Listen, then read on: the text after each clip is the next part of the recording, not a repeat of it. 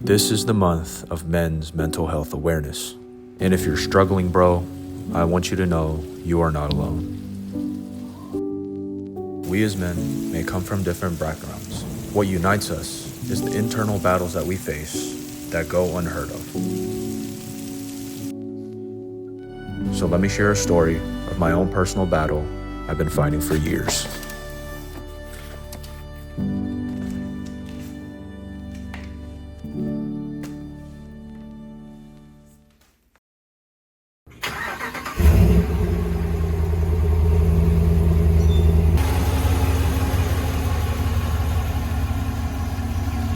May 20th, 2004. I became the first eldest born son of a traditional Asian family in the US.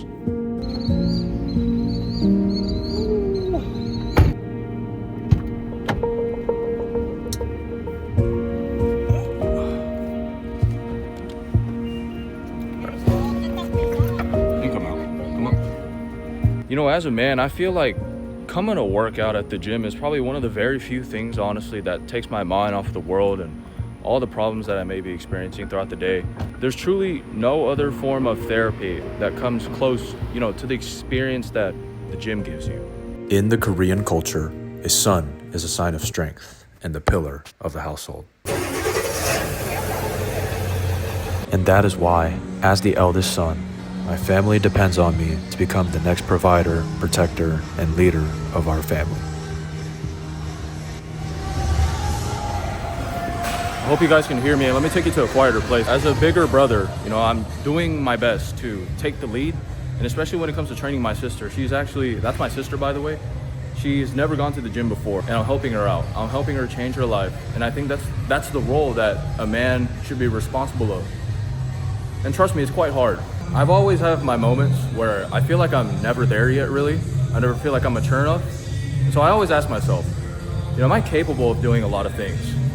Although it is a privilege to be held in high regard by the family, meeting these unrealistic expectations meant displaying no signs of weakness and only strength and masculinity.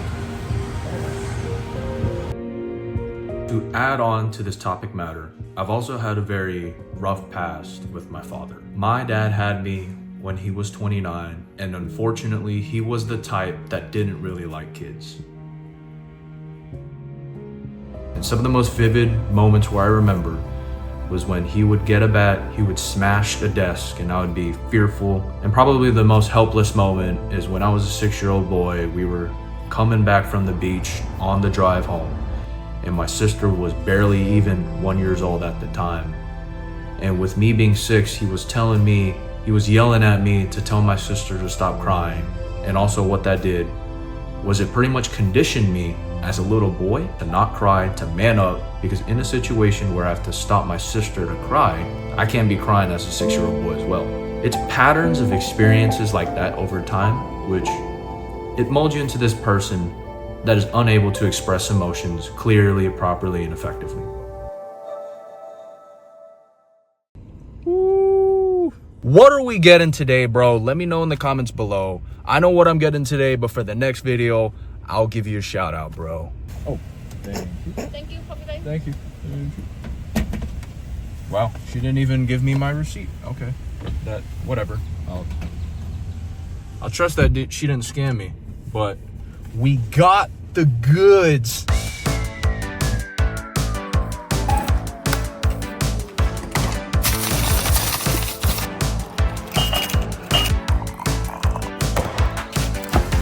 Oh my. Yeah! The first time where I noticed that this was an issue of mine was when my great-grandmother passed away in 2015. When I pulled up to her coffin and I saw her body, I couldn't cry. But I felt this heart-wrenching, heart-clenching pain inside me because I felt inhumane. I felt immoral for not shedding the tear when I was supposed to. And that's when I first realized, I think this is a part of who I am, but it's gonna take a little bit of time to actually discover why.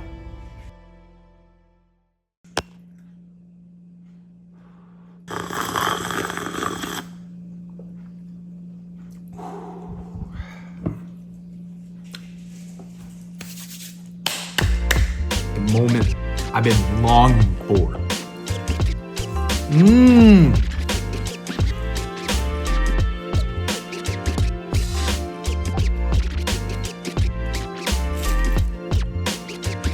Damn.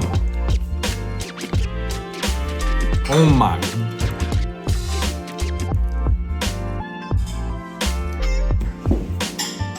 Oh my gosh. That is the best it's ever been.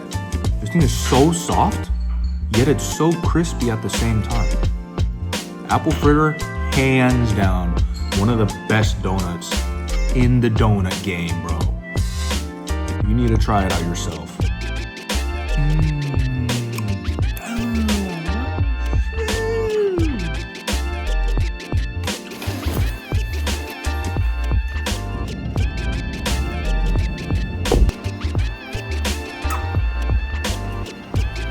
Got my clothes at the dry cleaners, guys.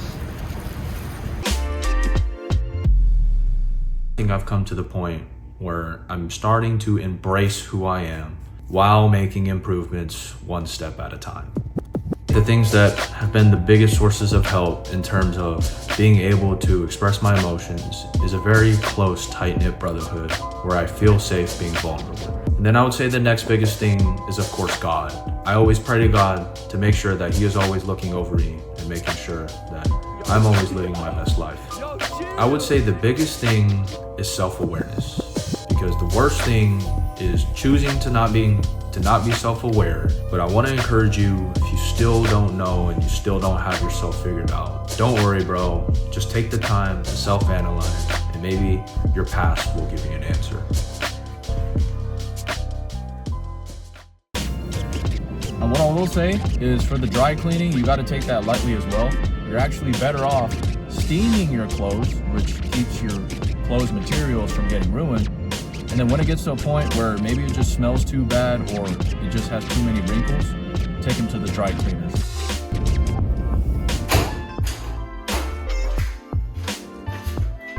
Fresh set of clothes here from the dry cleaner. The first thing that you want to do when you get back from the dry cleaners is you want to take it immediately off of the hangers that they give you, because they're very thin and it's going to cause this weird little like shoulder piling. It doesn't look good. It's because the hanger that they give you doesn't mimic the natural thickness of the shoulder. So put them on some real hangers.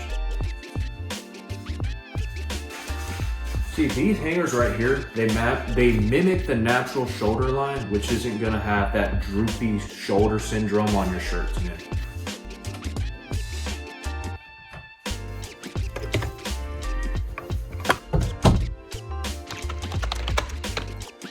All right, bro, so according to New York Times, the best handheld steamer since the 2016 rating was the Conair handheld garment steamer for clothes. And I looked at the article to ensure that this is really quality and you're going to get your money's value. Now, I will say New York Times is pretty credible. Actually, that's the site that I used to buy this tripod right here. I looked at the New York Times rating on it first before deciding what tripod should I buy.